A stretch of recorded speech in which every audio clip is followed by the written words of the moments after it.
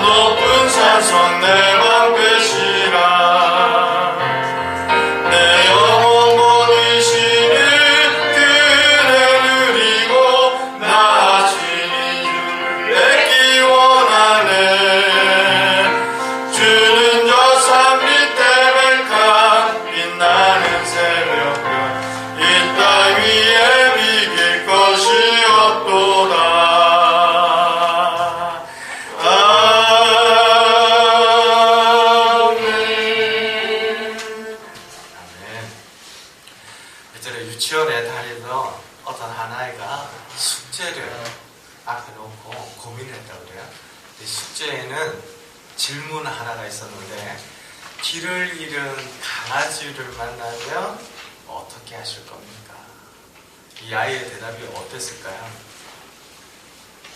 길을 잃은 강아지를 만나면 어떻게 할까요? 이 질문에 이 아이가 한참 고민하다가 그렇게 대답했다고 해요. 강아지에게 집이 어디냐고 물어본다. 네. 우습지만 그 아이의 수준이죠. 그 아이의 식견만큼 그 문제에 대답을 하는 겁니다. 근데 이거는 유치원에 다니고 있는 어느 한 꼬마의 이야기만이 아니라 우리도 삶의 여러 문제들을 만날 때 나의 수준만큼 보고 이야기를 하는 경우들이 많습니다. 시오는 나남이라고 하는 로마인 이야기를 쓴 작가가 있는데요. 세계적인 작가입니다. 근데 이 작가가 그 당대 최고의 명장의 칭송을 받고 있던 폼비우스를 카이사르가 물리쳤던 비결이 뭘까? 그것을 카이사르가 쓴 내전기라는 책에서 발췌해서 인용을 하는데요. 인간은 보고 싶은 만큼 본다. 보고 싶은 만큼 그 이상을 보는 사람들에 의하여서 승패가 좌우된다는 겁니다. 무슨 얘기냐면 우리 수준, 우리가 알고 있는 관점 안에서만 어떤 현상과 현실들을 보는 거, 이것보다는 창조적인 관점이 필요하다는 거죠. 우리의 지식 이상의 창조적인 지혜가 우리 모두에게는 필요하다는 겁니다. 아니, 목사님 무슨 말씀입니까? 저는 충분히 현명하게 현실들을 이해하고 파악하고 있습니다. 그렇지 않습니다. 성경은 우리 각 사람을 향하여서 다 양 같다라고 했습니다. 제 갈 길로 그릇 행하여 가기를 좋아하는 본능과 본성이 우리 모두에게는 있는 것이죠. 그래서 너나 할 것 없이 똑똑하고 부요하고 잘나고 높이 있는 그런 것과 상관없이 우리 모두에게는 창조적인 지혜가 필요합니다. 오늘 본문에서 읽었던 이스라엘 백성들의 형편이 그렇습니다. 이스라엘 백성들에게는 땅도 있고 많은 백성들도 있었습니다. 그런데 블레셋과의 전쟁에서 패해서 엄청나게 비참한 형국에 놓여 있습니다. 이 블레셋이 두려운 거죠. 전쟁에서 한번 패하고 나니까 다시 질까봐 고개도 들지 못하고 기도 펴지 못하는 상태에 놓여 있었습니다. 여기저기에서 한숨 소리가 들리고, 그리고 블레셋이 언제 쳐들어올까 늘 긴장 상태에 놓여 있고, 더군다나 하나님의 임재의 상징이다라고 하는 언약궤마저, 이 언약궤는 정말 중요한 건데 이 언약궤마저 블레셋 사람들에게 빼앗겼다가 겨우 이유를 알 수 없는 과정들을 통하여서 되찾게 된, 그러니까 너무나도 이해할 수 없는 형편 가운데 이스라엘 백성들이 놓여 있었다라는 것이죠. 왜 이런 일들이 일어났을까요? 뭐 현상적으로 보면, 그냥 눈에 보이는 현실만 보면 블레셋 민족이 강했기 때문입니다. 블레셋 사람들이 싸움을 잘했기 때문에 이스라엘 백성들이 이와 같이 어려운 형편에 놓이게 되었다라고 말할 수 있습니다. 그런데 진짜 이유, 진짜 문제의 핵심은 이방 민족이 강했기 때문이 아니라 이스라엘 백성들이 무엇인가 중요한 것을 놓치고 있었기 때문이다 라고 이야기합니다. 미국의 한 정신병원에서 그런 테스트를 한다고 그래요. 병동에 오랫동안 있다가 좀 호전이 되었는가, 호전이 되지 않았는가, 이것을 점검할 때 이 방 안에 물을 틀어놓고 밀대를 이렇게 지어준다고 그러죠. 근데 전혀 호전되지 않고 회복이 되지 않은 환자들은 그냥 계속해서 밀대로 흐르는 물이 틀어져 있는지 틀어져 있지 않는지도 보지 않고 그걸 닦기 시작한다고. 근데 현상을 잘 보고 원인을 파악하는 사람은 일단 물이 틀어져 있는 호스부터 잠그고 밀대로 물을 닦기 시작하더라는 겁니다. 아주 단순한 예의지만 진짜 문제가 어디에 있을까? 왜 이런 일들이 나에게 생기는 걸까? 왜 민족이, 하나님이 택하신 민족이 이와 같은 형편 가운데 놓여 있을까? 진짜 문제가 뭘까? 이것을 우리들이 잘 깨달을 수 있어야 한다는 겁니다. 이 블레셋 민족이 강해서 이스라엘 민족이 이와 같이 형편이 어려워졌다, 이것이 아니라 이스라엘 백성이 하나님을 향하여 있지 아니하고 하나님을 예배하지 아니하고 그릇된 길로 행하였기 때문에 이스라엘 민족의 힘이 약해졌고 블레셋 민족에게 패하고 언약궤마저 빼앗기고 지금 우리가 성경 말씀을 통하여서 보았던 것처럼 어려운 형편에 놓여 있었다라는 것이죠. 1절과 2절 말씀 보니까 이스라엘 백성들이 온 족속이 여호와를 사모했다라고 되어 있습니다. 아니, 사모했다라는 것은 하나님을 그리워하고 하나님을 향하여 있었다라는 것으로 보여지는데, 이스라엘 백성들이 뭐가 문제였습니까? 라고 할 수 있는데 3절 말씀 보면 이스라엘 백성들은 하나님도 사모하면서 또 한편으로 우상도 섬기고 있었다는 것을 보게 되죠. 이스라엘 민족 역사 가운데 계속해서 나타나는 결정적인 문제가 여기에 있었습니다. 그러니까 하나님을 섬기지 않았다라는 데 있는 것이 아니라 하나님을 섬기면서 우상도 섬기는 이스라엘 백성들의 두 마음. 그러니까 하나님을 신뢰하면서도 현실적으로는 굉장히 세상적인 방식을 의지하고 따르는 이와 같은 일들이 이스라엘 백성들 역사 가운데 있었던 것이죠. 지금 사무엘 선지자가 그것을 이야기하고 있습니다. 여호와를 사모한다면 언약궤를 20년 동안 어느 한 지점에 이 실로 성막이 있는 지점에 다시 모셔오고 회복해 되는 그런 실제적인 행동으로 나아가야 할 터인데 20년 동안이나 기란 여아림이라는 곳에 놓고는 방치하면서 사모한다. 그건 있을 수 없다라는 거예요. 그리고 그 사이에 우상도 섬기고 그리고 우상에게 의식들을 치러가면서 자신들의 번영과 안위를 위해서 애쓰는 이스라엘 백성들, 그런 이중적인 태도, 그런 모습에 진짜 문제가 있다라고 이야기하고 있죠. 그래서 뭐라고 합니까? 여호와께 돌아오라. 여호와께 전심으로 돌아오라 라고 하는 것입니다. 사랑하는 성도 여러분, 우리 삶에 있어서도 가장 결정적인 문제, 다른 여러 실타래처럼 엉켜있는 문제의 핵심은 하나님과의 관계에 있는 줄로 믿습니다. 하나님과 어긋나면 가만히 내버려도 또 다 어긋나는 거예요. 근데 하나님 앞에 진실되게 정직하게 믿음 안에 굳게 서 있으면 다른 여러 일들은 하나님께서 행하시는 줄로 믿습니다. 그것이 하나님과 우리 안에 언약된 약속이에요. 말씀으로 확증되어진 약속입니다. 너는 내 안에 거하라. 나도 너희 안에 거할 것이고 나는 나무고 너희는 가지인데 내 안에 거하는 모든 이들에게 생명이 있을 것이다. 이것이 하나님께서 우리들에게 하신 약속이죠.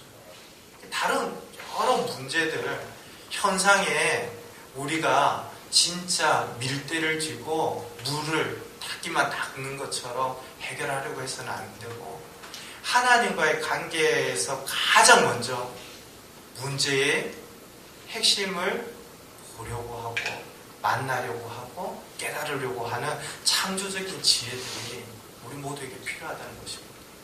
사무엘 선지자가 이스라엘 백성들에게 다른 거 다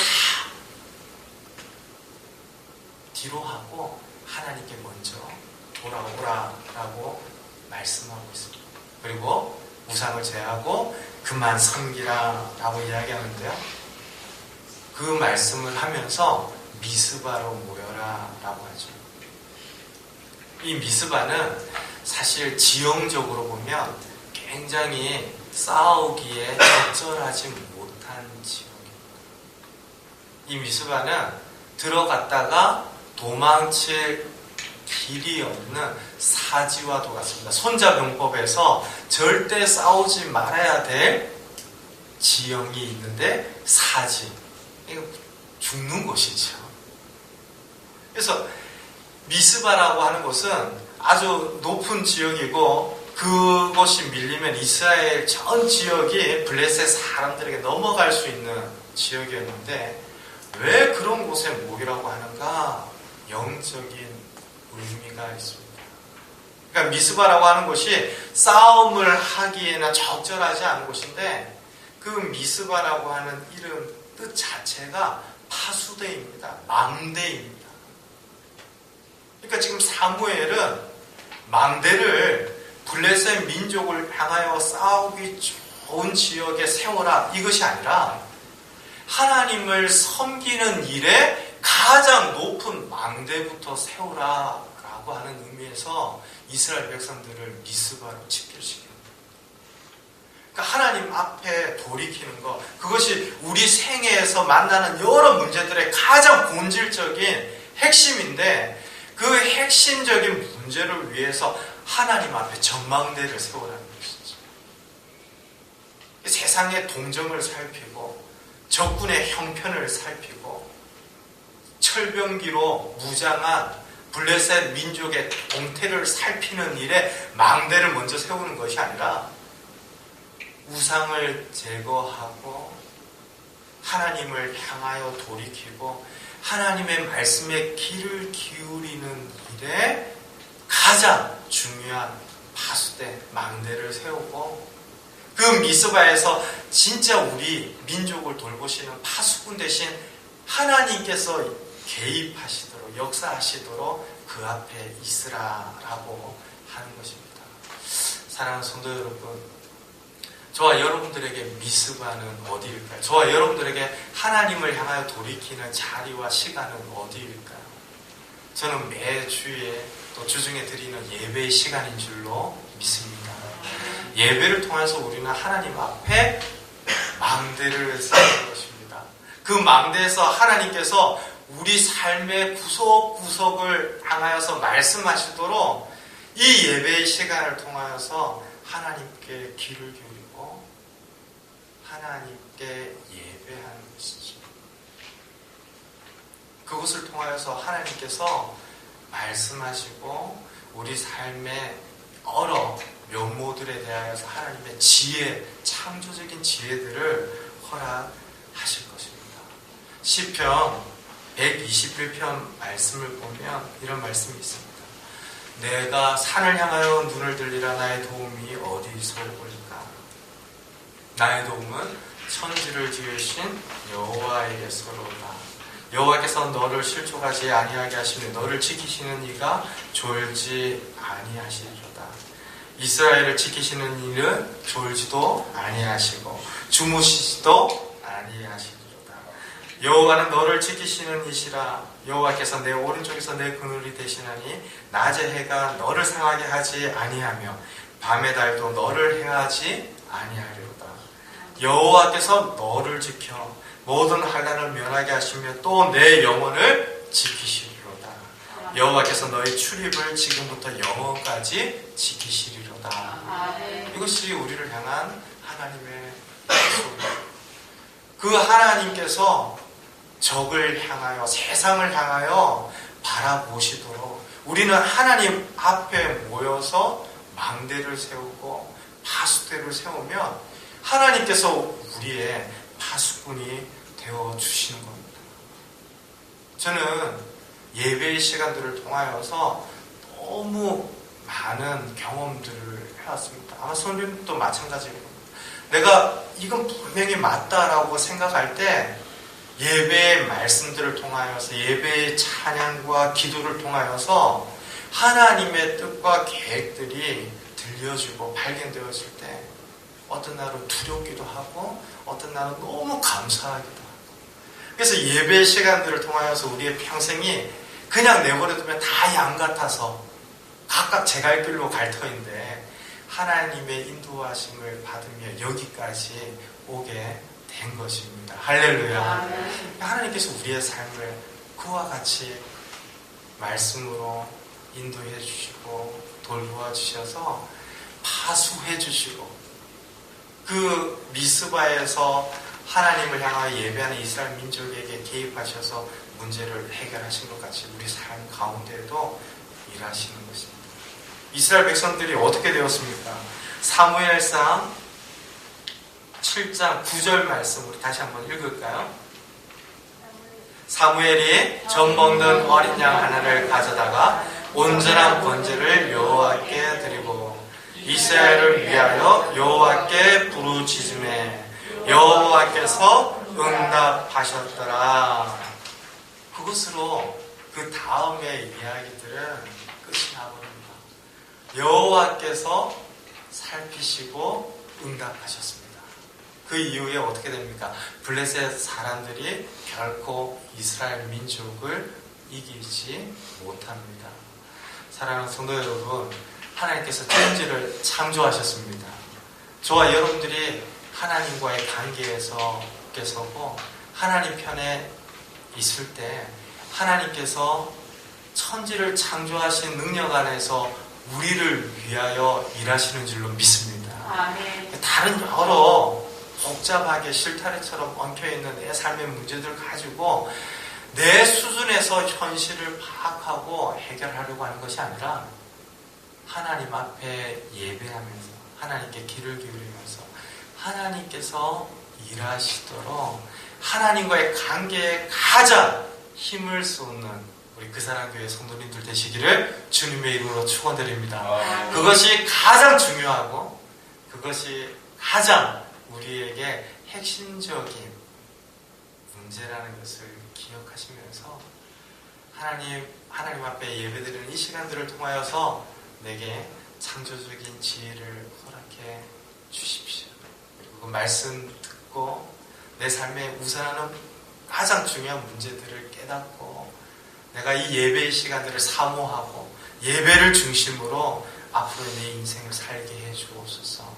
이렇게 기도하면서 항상 모이게 힘쓰고 미스바에 모여서 하나님을 향하여 망대를 세우고 하나님께서 우리를 위하여 일하시는 은혜들을 경험하는 그사랑교회 성도님들 한 분 한 분 되시기를 다시 한번 주님의 이름으로 축원드립니다. 기도하겠습니다. 같이 한번 기도할까요?